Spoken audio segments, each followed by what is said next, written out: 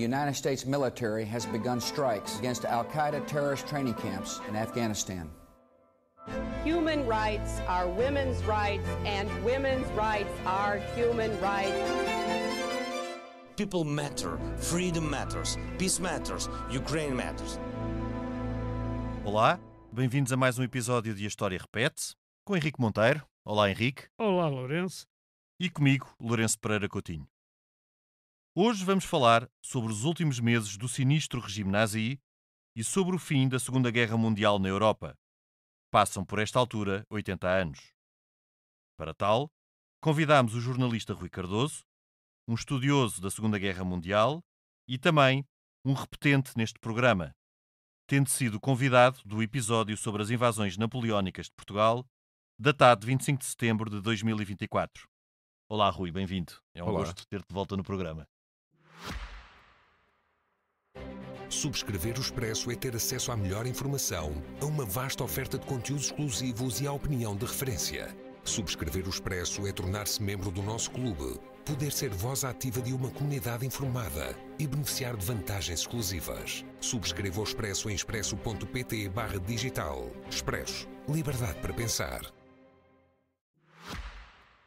Antes de partirmos para a conversa, espaço para um breve enquadramento dos dramáticos meses que antecederam a ansiada derrota dos nazis.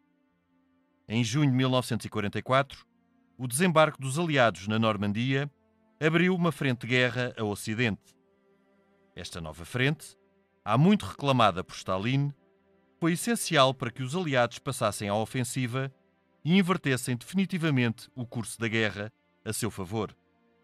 A Ocidente, os Estados Unidos, comandados pelo general Eisenhower, afirmavam-se já como os líderes dos aliados, isto em detrimento dos britânicos, comandados pelo general Montgomery. Durante o verão, os aliados libertaram Paris, isto em agosto, e avançaram para a Bélgica.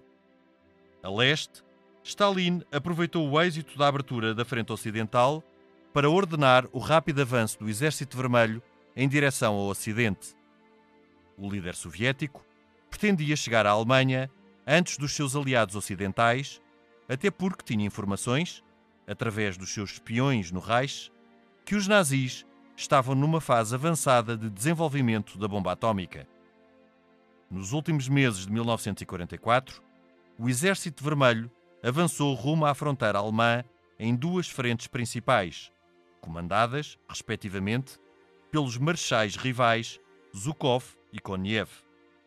Pelo caminho, o Exército Vermelho venceu os nazis na Roménia, Bulgária e Polónia e deparou com os horrores dos campos de concentração. Em janeiro de 1945, os soviéticos já tinham passado a fronteira alemã e estavam a cerca de 60 km de Berlim, nas margens do rio Oder. A Ocidente, e por contraste, o general Eisenhower não tinha tanta pressa em avançar. Primeiro, não queria expor precipitadamente as vidas dos seus soldados. Depois, o general Eisenhower não via grande perigo em que os soviéticos chegassem primeiro a Berlim, isto para desespero de Churchill, que desconfiava das intenções de Stalin. Em termos práticos, o avanço ao oeste também foi mais complexo que a leste, pois Hitler tinha mandado destruir quase todas as pontes sobre o rio Reno. Então, apesar das diferentes abordagens e dos pontos em que cada exército estava no princípio de 1945, todos acreditavam que a derrota dos nazis era apenas uma questão de tempo. Assim, entre 4 e 11 de fevereiro de 1945, os líderes dos chamados Três Grandes, Roosevelt, presidente dos Estados Unidos, Stalin, secretário-geral do Partido Comunista da União Soviética, e Churchill, primeiro-ministro britânico, reuniram-se na Península da Crimeia, no antigo Palácio dos Czares, em Yalta, para discutirem o mundo pós-derrota do Terceiro Reich. Neste encontro, ficou claro que os objetivos de americanos, soviéticos e britânicos eram substancialmente diferentes. Roosevelt queria garantir o apoio dos soviéticos contra o Japão e também garantir a autodeterminação dos povos libertados e a participação da URSS na futura Organização das Nações Unidas, que já projetava. Por sua vez, Churchill queria garantir o Império Britânico e também e eleições livres nos países libertados da Europa Central e de Leste. Por fim, Stalin pretendia assegurar uma esfera de influência soviética que servisse de garantia e escudo protetor a hipotéticas novas tentações hegemónicas vindas do seu Ocidente. Muitos consideram a Conferência de Yalta como o primeiro episódio da Guerra Fria. A ambiguidade do seu resultado, quase uma quadratura do círculo, confirma de certa forma a ideia.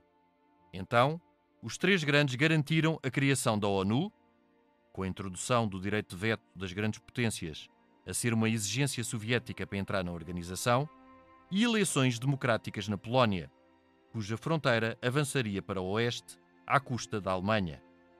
Claro que, para Stalin, o conceito de eleições democráticas era diferente da noção ocidental, como em pouco tempo se comprovou. Os três líderes que estavam em Yalta não voltariam a reunir-se. A 12 de abril, cerca de 2 meses depois da conferência, o presidente americano Franklin Delano Roosevelt morreu e foi substituído pelo seu vice-presidente, Henry Truman, então inexperiente em política internacional. 4 dias depois, começou a Batalha de Berlim, a última do regime nazi. Este derradeiro ato comprovou, se necessário fosse, toda a insanidade e monstruosidade de Hitler e dos seus fanáticos que lhe garantiam o poder. Hitler, então um homem doente e dependente de coquetéis de remédios, continuava a exortar os alemães a lutar. Para garantir a defesa da cidade, os nazis recrutaram crianças e jovens membros da juventude hitleriana e também recorreram a milícias de cidadãos que não estavam preparados nem treinados para combater. Os combates entre a resistência nazi e o Exército Vermelho fizeram-se rua a rua, casa a casa de Berlim. Isto com a população que não tinha conseguido escapar da cidade a passar pelas maiores provações. A 30 de abril, Adolf Hitler e Eva Braun, com quem se tinha casado na véspera, suicidaram-se no bunker da chancelaria do Reich. No seu testamento, Hitler designou o almirante Dönitz como novo presidente do Reich e Goebbels como seu chanceler. No entanto, Goebbels suicidou-se no dia seguinte, junto com a sua mulher e filhos, pelo que o almirante Dönitz concentrou formalmente todo o poder político do regime nazi. Este estava já muito perto do colapso. No dia 2 de maio de 1945, o general Weidling rendeu-se aos soviéticos. A 4 de maio, o marechal britânico Montgomery aceitou a rendição das tropas nazis na Holanda e noroeste da Alemanha. Por fim, a 7 de maio, o general Alfred Jodl, chefe do Estado-Maior das Forças Armadas Alemãs, rendeu-se de forma incondicional às forças aliadas em Reims. O general Jodl queria evitar render-se aos soviéticos, mas estes obrigaram-no a fazê-lo. No dia seguinte, 8 de maio, o mesmo general Jodl rendeu-se em Berlim ao marechal Zhukov e ao Exército Vermelho. Boa parte da Europa estava destruída. Milhões de pessoas morreram e outros milhões sofreram de forma indescritível, mas, neste continente, o pesadelo tinha terminado por fim. E agora, depois deste enquadramento, passo a palavra ao Henrique para iniciarmos a conversa sobre estes últimos meses de guerra e do regime nazi, para iniciarmos a conversa com o Rui Cardoso. Olá, Rui, prazer em ver-te. Nós, acho que já disse isto, mas fomos pai colegas 40 anos, portanto não vamos fingir que não nos conhecemos. Mas a verdade é esta: ele é especialista militar, tem-se dedicado, o Rui, à história militar e à história das guerras e tudo isso, é uma preferência dele. Para quem não souber, ele é engenheiro, eletrotécnico. Mas não é engenheiro militar. Aliás, mas os cursos começaram a engenharia militar quando não existia ainda engenharia civil, começam por ser engenheiros do exército. Por alguma coisa se foi buscar o termo engenharia civil. Engenheiro de pontes e calçadas, que é como se chama em França. Bom, mas passando à frente, há quem diga, o Churchill também dá a entender, e muita gente diz, que o Eisenhower deixou propositadamente os russos avançarem mais para serem os russos a tomar Berlim. Primeiro, tu pensas que isto é correto? Segundo, no caso de ser correto, porque é que Eisenhower teria feito isto? Ora bem, é uma bela pergunta e como todas as boas perguntas, não tem uma resposta absolutamente liminar.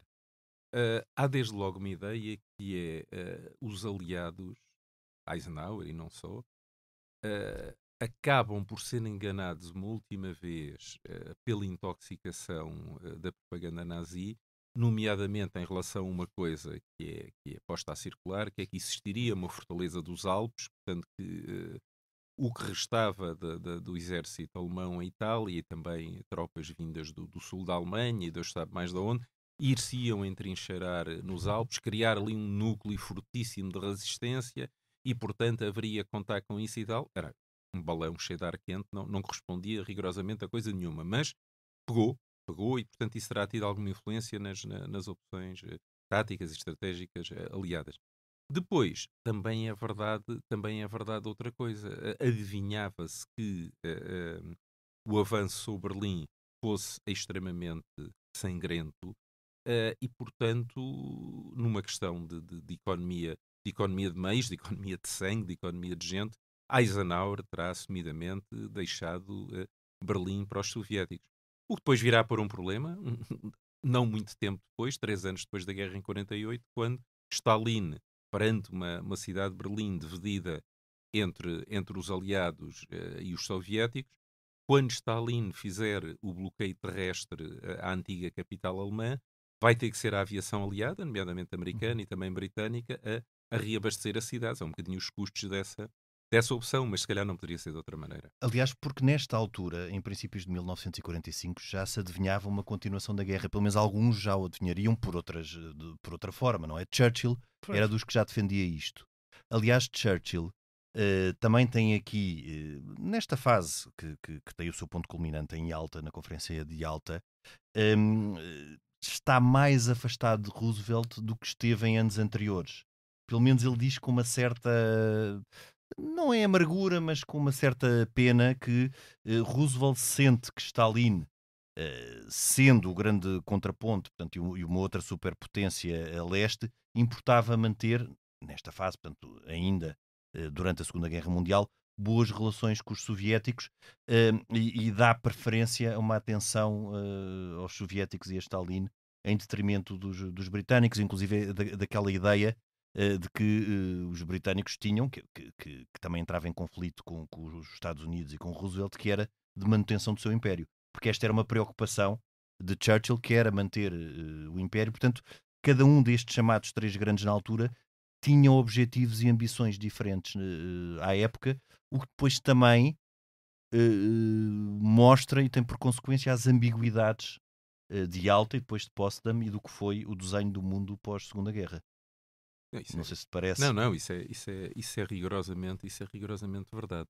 Mas eu gostava de puxar um bocadinho o filme atrás e, olhando propriamente para as operações militares, dar aqui uma ideia que é o avanço aliado, e aliado estou a falar nos anglo-americanos, sobre a Alemanha, não é propriamente uma cavalgada heroica como nos filmes do João de Fora. Aliás, não só não é essa cavalgada, como tem uma série de cavalidades. Eu queria só aqui muito brevemente enumerar algumas. Quer dizer, em primeiro lugar, há uma série de operações já na Normandia, mas sobretudo já saindo da Normandia, que demoraram algum tempo a abrir os olhos ao alto comando aliado, nomeadamente a conquista do porto francês do Havre. É uma coisa absolutamente bárbara, porque... E normalmente isto eram os americanos que faziam isto com a aviação, aqui foram os ingleses. Portanto, é uma cidade histórica que é completamente bombardeada, com base em informações erradas, pressupondo que os alemães estavam entrincheirados no centro histórico quando não estavam no castelo, destruição de um património incalculável, e, portanto, a partir daqui, há, digamos, um volte-face mental no alto comando aliado, e decide-se que não se vão fazer mais operações daquele tipo, e vai-se optar por deixar para trás, devidamente cercadas por tropas secundárias, nomeadamente da resistência francesa, tudo o que eram bases navais, bases no litoral, portanto, na Bretanha, Lorient e Companhia Limitada, portanto, não estavam os submarinos. A própria Dunkerque, que os aliados conheciam bem, porque tinha sido capital para a retirada em 1940, e, portanto, a opção é deixamos-los ali, devidamente cercados, para o mar eles não podem sair, para a terra também não, acabarão por se render, o que de facto acontecerá no fim da guerra. Depois, As outras... Rui, só Sim, um sim. pequeno parênteses. Portanto, isso também já se verifica, portanto, esta nova abordagem já se verifica a quando da libertação de Paris. Isso mesmo, porque Paris esteve a 2 passos de ser uma nova Varsóvia, que poucas semanas antes se tinha sublevado contra o domínio nazi, e, de facto, Stalin, no seu melhor, com a argumentação cínica de que as tropas soviéticas estavam cansadas, estavam rigorosamente a 40 km do centro de Varsóvia, não interveio e, portanto, dava jeito a Stalin, na sua visão cínica das coisas, deixar massacrar a resistência polaca, que era, obviamente, mais pró-britânica do que pró-soviética, e, portanto, eliminar de passagem alguns adversários políticos. Com Paris não foi assim. E depois o que vai acontecer é uma sucessão de erros completamente estranhos, não é? Para não dizer outra coisa, do lado aliado. Por exemplo, Montgomery empenha-se em ser vitoriado pela população de Bruxelas, de facto ele entra com as tropas britânicas em Bruxelas, e a seguir começa a preparar uma operação mirífica em território holandês, com a largada de paraquedistas, com o avanço por terra e tal, que vai completamente dar com os burrinhos na água, e esquece de uma coisa óbvia, que é, os aliados tinham capturado Bruxelas, tinham capturado o Porto de Antuérpia, mas do Porto de Antuérpia até ao mar é o estuário do Rio Escalda, que são 40 km, e os alemães dominavam a margem direita, a margem oriental, e portanto o Porto de Antuérpia, que era precioso, não podia ser usado por esta razão. E foram os canadianos que depois se sacrificaram, que nem desgraçados, a fazer operações anfíbias e avanços por terra em relação ao conjunto de ilhas e digues e fortins e tal que havia na margem direita para isso acontecer.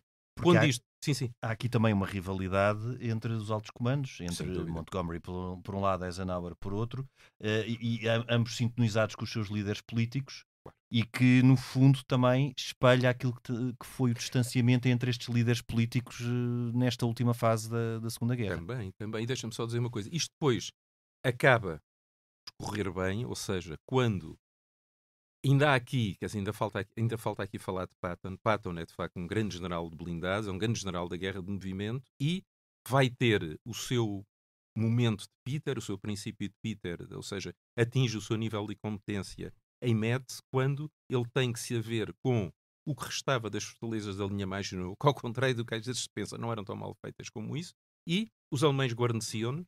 Patton não tinha artilharia hiper pesada que lhe permitiria bombardear aquelas fortalezas de betão.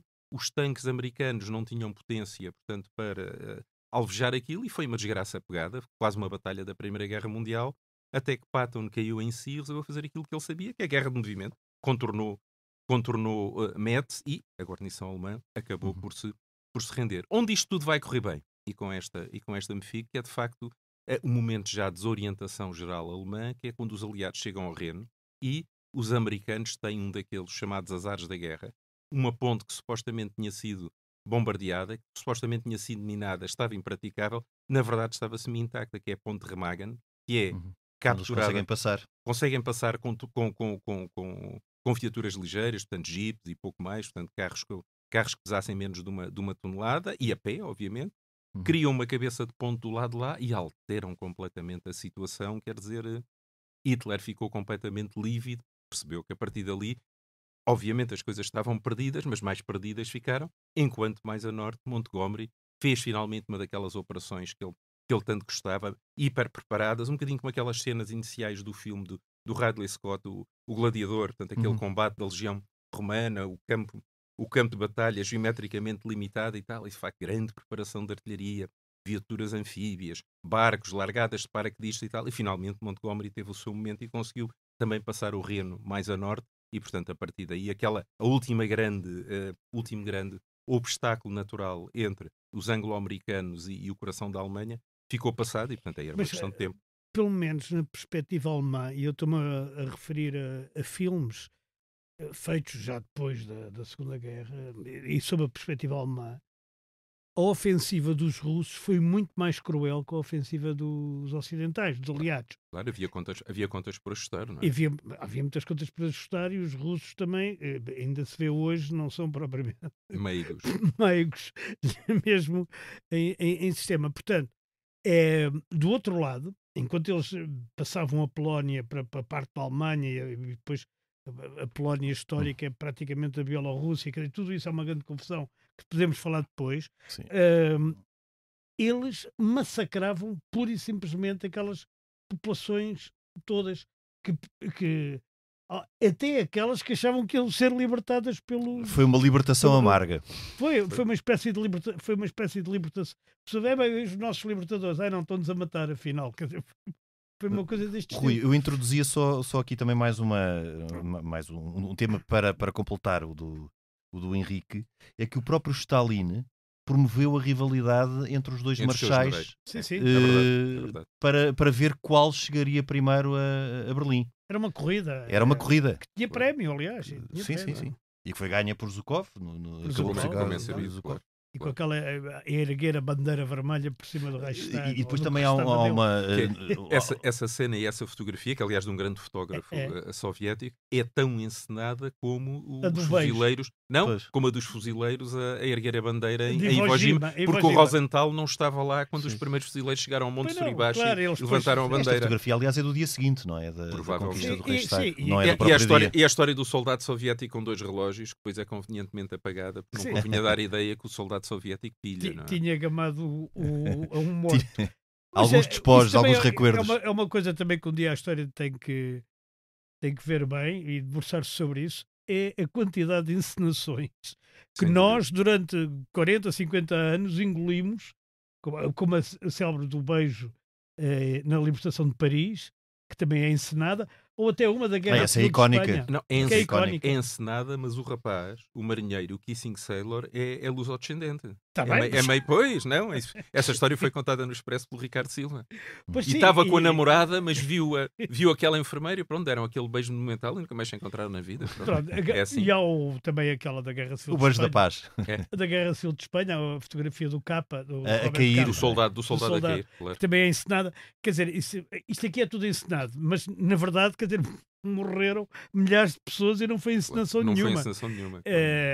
E aliás, à medida que o Exército Vermelho ia avançando, o que até pelas características do terreno é mais fácil de avançar do que o Ocidente, não é? Sim, A Polónia é mais fácil de avançar para ali dentro. Também foram destapando e descobrindo os horrores dos campos de concentração e de extermínio. São os Sim. primeiros. São os O primeiro campo é Auschwitz. Auschwitz e Birkenau. Que é ao Não, mas lado aí a do- coisa que é fundamental é, embora por razões completamente diferentes, a história fica a dever muito aos soviéticos e aos americanos, porque os soviéticos, com uma questão de propaganda anti-nazi, quiseram filmar e documentar meticulosamente os horrores do nazismo e, portanto, fizeram.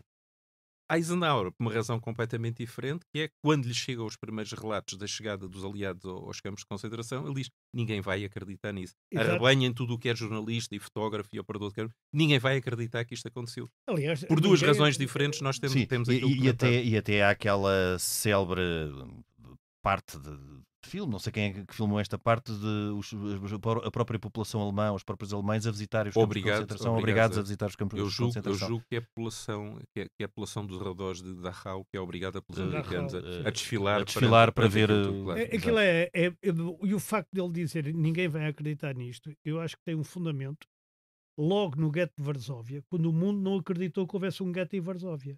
Demorou meses a acreditar que havia um gueto em Varsóvia. No início da guerra. Sim, sim. Portanto, quer dizer, o facto de não se acreditar, hoje a gente diz, como é que não acreditavam? É que as barbaridades da Segunda Guerra não, quer dizer, eram inauditas, nunca tinham acontecido, infelizmente penso que não aconteceram. Pelo menos na não nessa Europa. escala. Não nessa escala. Não nessa escala. E a não propaganda na alemã Europa. também era muito eficaz, não é? Claro. Era bastante eficaz. Multiplicaram por 10 as vítimas civis do bombardeamento aliado a Dresden, que é uma decisão estratégica absurda, mas entre matar 220 mil pessoas ou 22 mil não é exatamente o mesmo. Sim, não é exatamente, Pois. a escala não é exatamente a mesma. Mas depois, avançando, já estamos em 45 e estávamos agora a passar o Reno, não é? Do lado Certo. ocidental a passar o Reno e do lado oriental também esta luta a dois, ou esta competição a dois entre os dois marchais de Stalin para chegar a Berlim, até penso eu, por Stalin ter informação através dos seus espiões no Reich, de que provavelmente os alemães já estariam muito avançados no desenho da bomba atómica e querer chegar lá primeiro que os ocidentais. Porque há esta corrida também no meio disto tudo, não é? Também. Não, e há de facto a caça aos sábios nazis no fim da guerra. Exato. Os americanos lançaram uma operação meticulosa americana, que é a Operação Paperclip, a grafo, Sim. que é exatamente A para grafo. Para os agrafar trazer. tudo sim. o que era aquela gente. E temos, portanto, a coisa mais simbólica disto tudo, que é de facto o engenheiro von Braun, que era um nazi convicto, que é desnazificado à pressa. Faz o V2, faz o V1, faz o V2 e depois vai fazer os lançadores para o programa espacial americano e depois, evidentemente, como nós sabemos, é caricaturado pelo Stanley Kubrick no Dr. Strangelove como aquele sábio louco que tem um braço aleijado, um braço mecânico e irresistivelmente lhe foge para a salvação foge para a verdade. Lhe baixa. É uma espécie de Elon Musk, mas mecânico. Mas é anterior, há um Elon Musk avant la lettre. Exatamente. Mas eu acho que há aqui uma coisa que é engraçado dizer, que é o paradoxo disto tudo, que é em 1900 e fins de 1944, princípios de 45, o que é interessante é que a superioridade tecnológica parece estar do lado alemão, efetivamente está, quer dizer, o Tigre 2 é um tanque pesado que, do ponto de vista de blindagem, do ponto de vista de poder de fogo, é melhor do que qualquer coisa que existisse, quer do lado soviético, quer do lado ocidental. Tem 1000 e tal caças a jacto, bimotores a jacto, o Messerschmitt 262. Tem a primeira espingarda de assalto, que é onde depois o Sr. Kalashnikov se vai inspirar para fazer uma versão mais simples. Tem, pronto, já foi dito, os primeiros mísseis de cruzeiro, as V1 e os mísseis balísticos, as V2, e no entanto nada disto funciona porque havia os mísseis de cruzeiro e balísticos, a certa altura já não há rampas de onde os lançar. Os tanques Tigre 2 eram de facto uns mastodontes que gastavam gasolina como o diabo.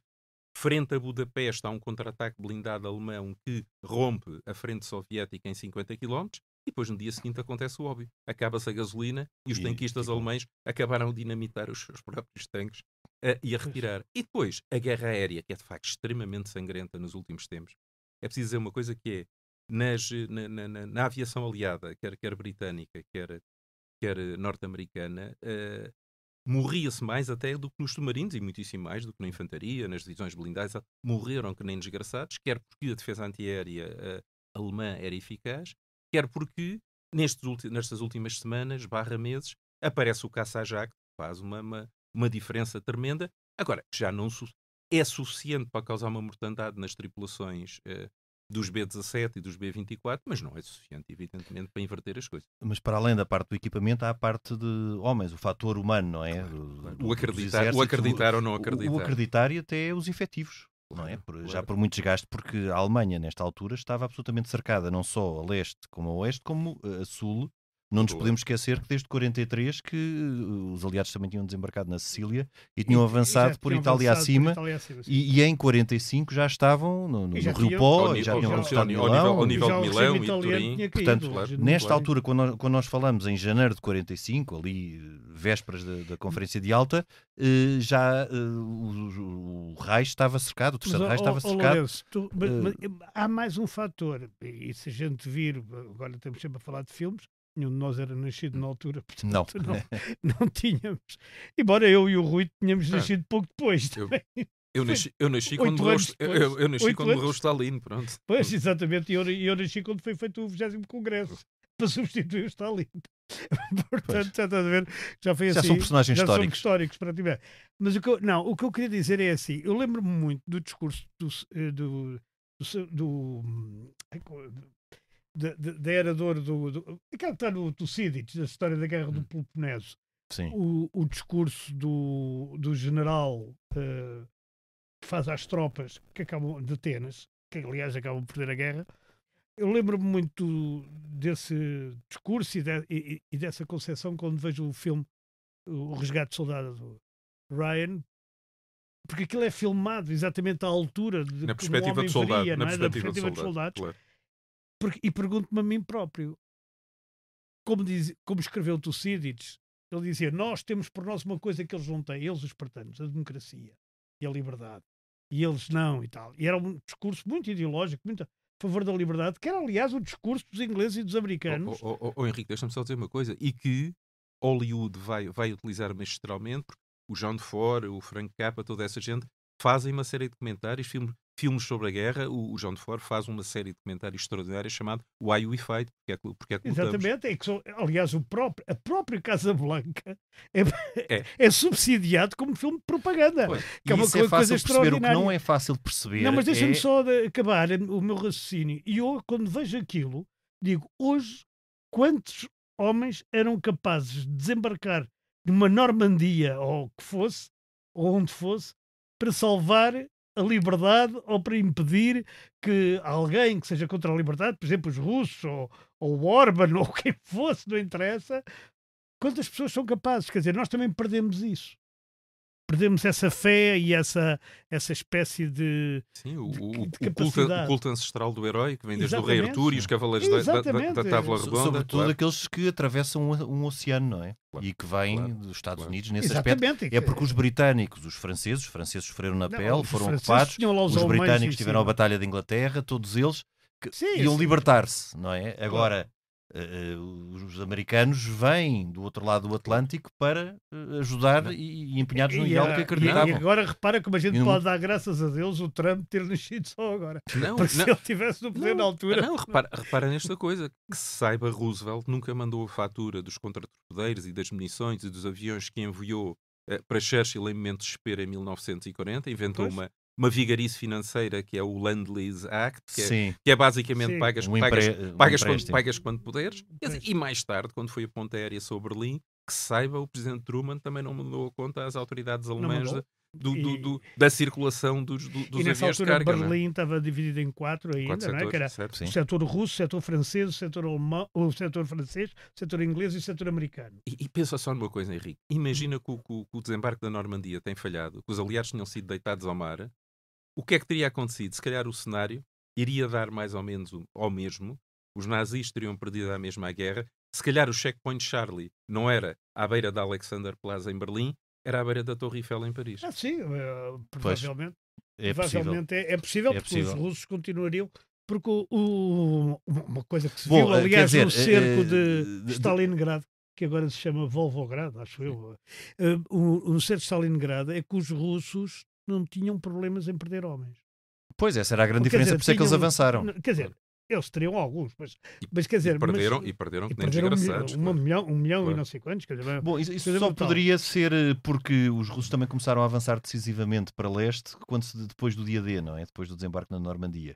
Mas mesmo assim, mesmo que não tivesse existido, provavelmente eles teriam haveria um conseguido, cenário. eles teriam conseguido. Agora, o que não se consegue perceber, e isto depois já entra aqui um bocadinho na psicologia das multidões, nas multidões ou de uma psicologia coletiva, é como é que é possível que quando começa a batalha decisiva, a Batalha de Berlim, não é? Que ainda dura cerca de 2 semanas, 3 semanas, há alemães em Berlim a resistir contra tudo e contra todos, e com Hitler, num devaneio de insanidade que só comprova o que ele era, muito, muito característico dele, diz: se vocês não ganharem, não merecem viver, portanto, ou vencem ou Sim, mas morrem. os alemães tinham espingardas pelas costas, como se costuma dizer, quer dizer, eles ou se defendiam ou eram mortos. Mas havia fanáticos que continuavam a lutar e a acreditar. Não, e fanáticos não necessariamente alemães. Os franceses todos da divisão Charlemagne estavam lá todos a defender Mas Berlim. quer dizer, também é que bom dizer que extraordinário. fanáticos ainda há. Claro.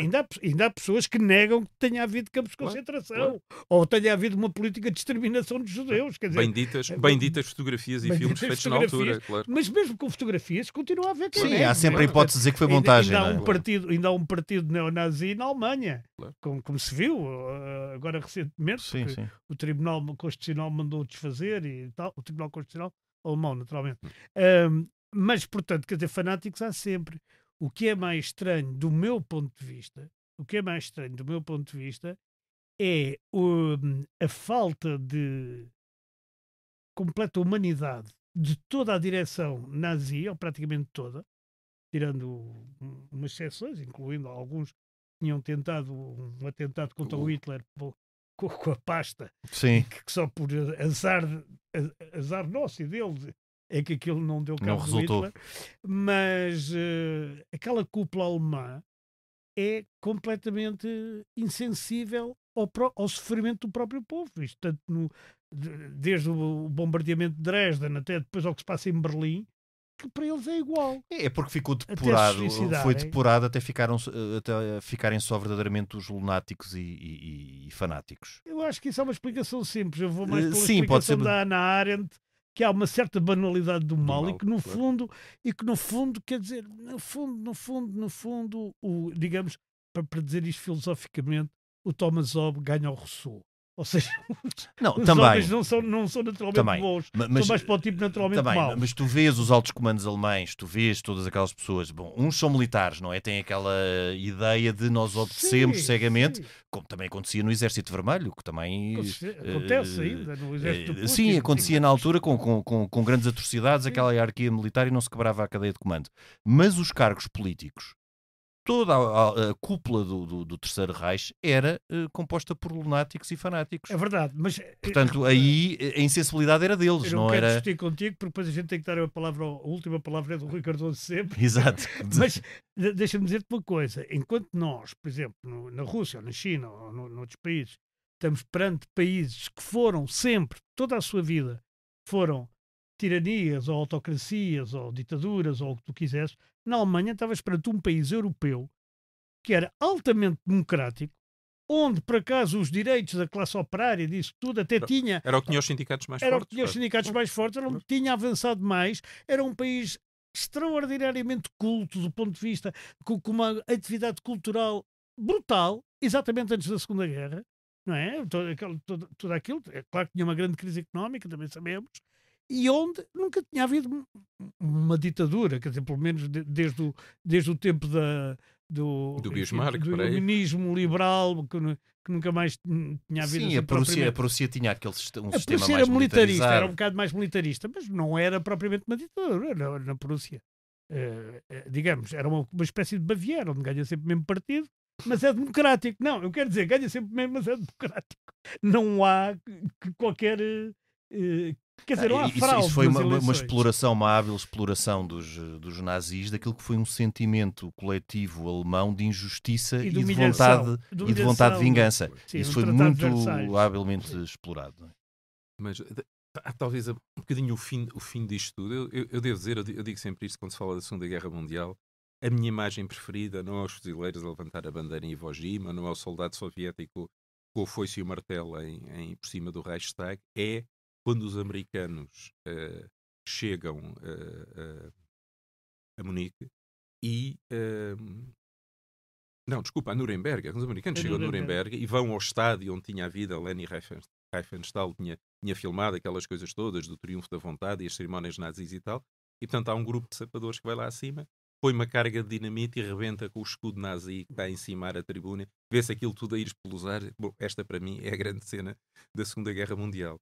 Para dizer uma coisa que é, isto é o fim, num certo sentido, o fim do regime nazi, é Hitler, que tanto gostava do que ele achava que era a música de Wagner. Isto é um bocado o Gott Damrung, isto é o crepúsculo dos deuses. Sendo que, tragédia absoluta, mas sendo que é curioso que na fase final do nazismo, as óperas do Wagner tornam-se extremamente impopulares para a hierarquia nazi, porque, por exemplo, esta ideia do Gott Damrung, do crepúsculo dos deuses, os heróis cercados por um inimigo mais numeroso, lutam até a última e tal, não era propriamente a coisa mais politicamente correta na perspectiva nazi para passar na altura. É o último da tetralogia. É.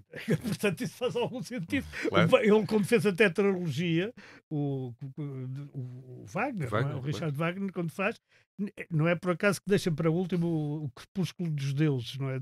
Depois das outras três, que é a tetralogia, o Anel dos Nibelungos. Depois tem 4 óperas distintas. Bom, não interessa. Passando à frente pela fase da música.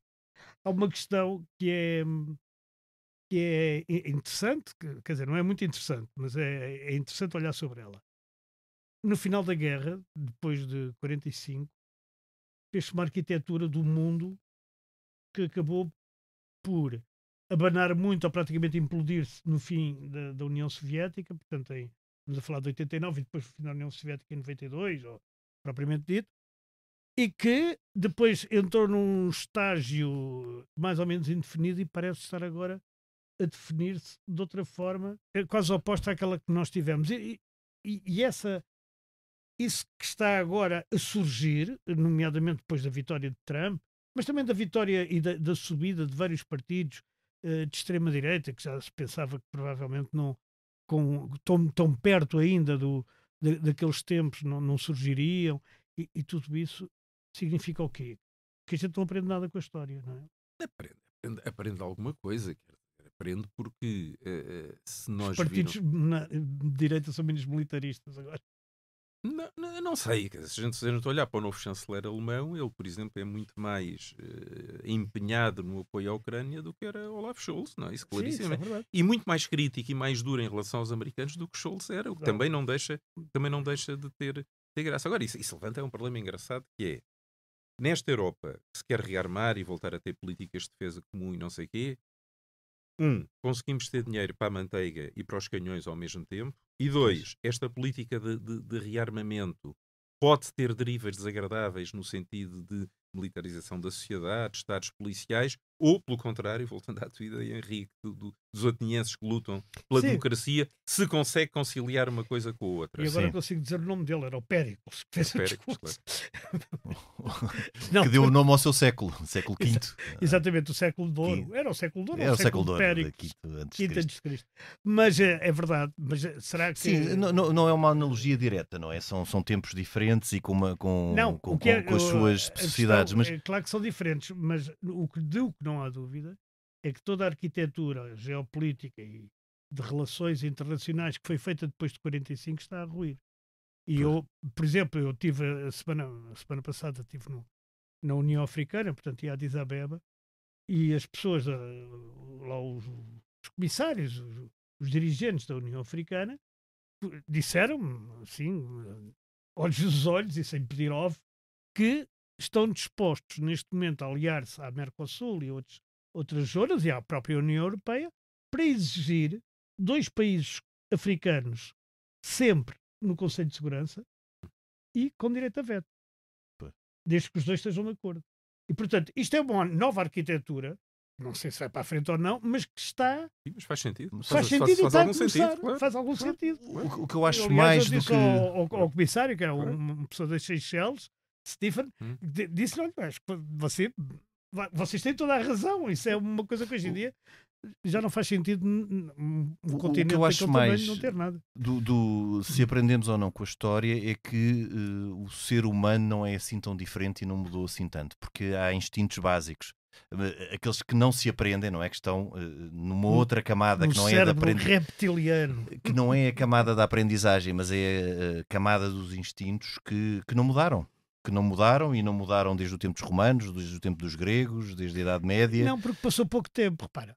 E no tempo histórico, a gente mas está vocês sempre reparem a falar uma coisa, vocês estão a falar da alma, do espírito, e muito bem, deixem-me falar do físico. Eu estava a trocar, não teria impressões com um oficial superior português na reserva, que me conta uma coisa extraordinária, que é os níveis físicos para, digamos, a aptidão ao voluntariado a entrar nas Forças Armadas, tiveram que ser rebaixados, porque aquela coisa de fazer não sei quantas flexões em 4 minutos, de correr o quilómetro em não sei quanto tempo, de fazer não sei quantas elevações na barra, esqueçam lá isso, praticamente ninguém conseguia fazer. E formos agora para uma coisa que não tem nada a ver com a tropa, que é civil, que é a Escola Superior de Educação Física, um amigo meu que lá prestou disse, pois, e nós tivemos também que baixar os níveis, de facto. Rui, os tipos de 18 anos chegam lá, todos cheios de álcool, e os únicos tipos que ainda conseguem fazer as coisas de força são os tipos do culturismo, cheios de músculo e tal, depois correr não conseguem porque pesam demasiado.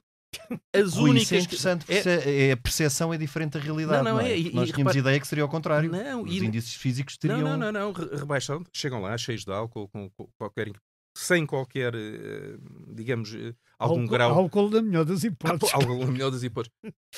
Com muito pouco equilíbrio mental, porque se o sargento instrutor lhes dá um grito, os tipos começam a chorar, que é uma coisa que não se espera de tipos de 18 ou de 20 anos. A única exceção, isto é que é curioso, são as raparigas. Elas são, em geral, mais levezinhas, portanto, conseguem conciliar a força com a velocidade, e determinadas têm uma coisa a provar. Dizia-me ele, são as únicas que se aproveitam. Pois. E se chorarem, também ninguém lhes leva a mal. Mas se calhar não choram. Mas se calhar não.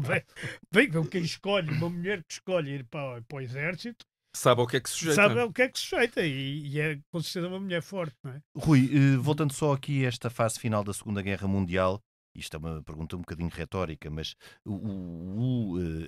a vitória dos aliados, portanto, dos aliados e dos soviéticos, obviamente poderemos falar aqui de um fator subjetivo, de um certo empenho moral ou de uma certa superioridade moral, mas eu não iria por aí, iria mais por terá sido estratégica, terá sido pela qualidade estratégica de ambos os lados, portanto, tanto a leste como a oeste, terá sido pelo equipamento. Já vimos aqui também que o equipamento alemão era um equipamento bastante bom e bastante avançado. Era demasiado bom, era demasiado sofisticado. Era demasiado sofisticado e depois, em termos de infraestruturas e de complemento, não era acompanhado.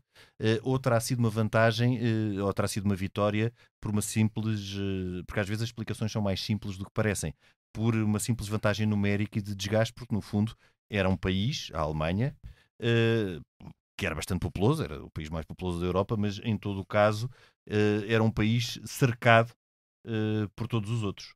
É a conjunção de várias coisas, porque também não podemos esquecer de um fator que é o fator da resistência, a resistência polar, a resistência ao ocupante, a resistência patriótica, que é importantíssima e que em França, inclusivamente, tem uma coisa extraordinária que é, nós pensamos, e com justiça, que a resistência francesa eram os gaullistas, os católicos e os comunistas. Não só, também havia tipos de extrema-direita, por uma questão de patriotismo, rejeitavam, portanto, a ocupação alemã e deram vida por aquilo. Agora, o plano da maneira de funcionar, o plano dos equipamentos é importante. Quer dizer, eu se quisesse caricaturar isto que eu vou dizer é uma botada, mas não deixa de ser coisa. Os americanos ganham a guerra na Europa e inventaram uma coisa chamada Jeep, que é um veículo leve, todo o terreno, que faz tudo, leva feridos, faz operações de reconhecimento, vai a todo lado e não sei o quê. E depois tem um carro de combate, que é o Sherman M3, que tem uma silhueta alta, porque aquilo é um enxerto num tanque anterior. Está subarmado em relação aos carros de combate alemães. E, no entanto, o que é que acontecia?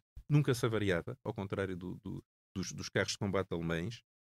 Era rápido e, sobretudo, era feito aos milhares e aos milhares. Havia sempre Sherman. Era uma espécie de Renault 4. E gastaria menos combustível, com certeza. Seguramente gastava menos combustível. Não, há um episódio que eu acho absolutamente delicioso, que é os aliados sobretudo os americanos, estão completamente aflitos no campo de batalha da Normandia, em junho, julho de 44, quando chegam à zona das sebes, dos renques de árvores, dos muros e tal. Tanto o campo retalhado como o nosso campo no Minho, o bocage, aquilo é ideal para a defesa. Portanto, os alemães entrincheiravam-se e cada vez que os outros tipos tentavam passar um muro, se fosse infantaria, eram metralhados que entravam no campo de tiro.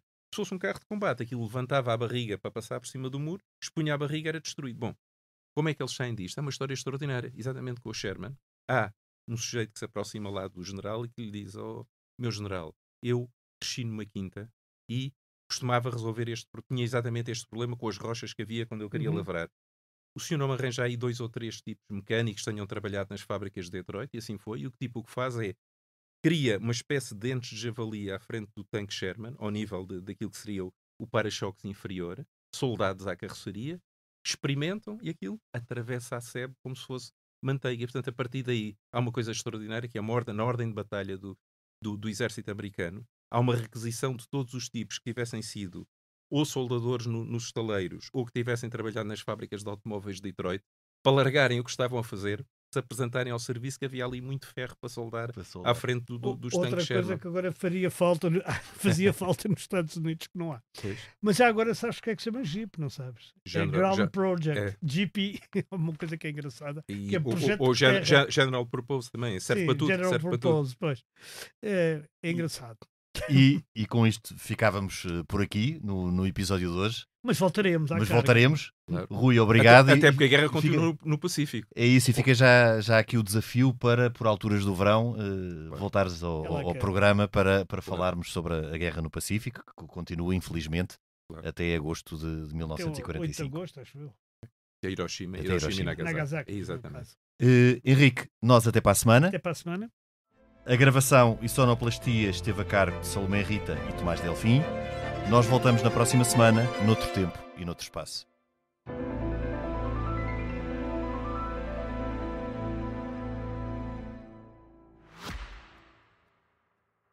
Subscrever o Expresso é ter acesso à melhor informação, a uma vasta oferta de conteúdos exclusivos e à opinião de referência. Subscrever o Expresso é tornar-se membro do nosso clube, poder ser voz ativa de uma comunidade informada e beneficiar de vantagens exclusivas. Subscreva o Expresso em expresso.pt/digital. Expresso. Liberdade para pensar.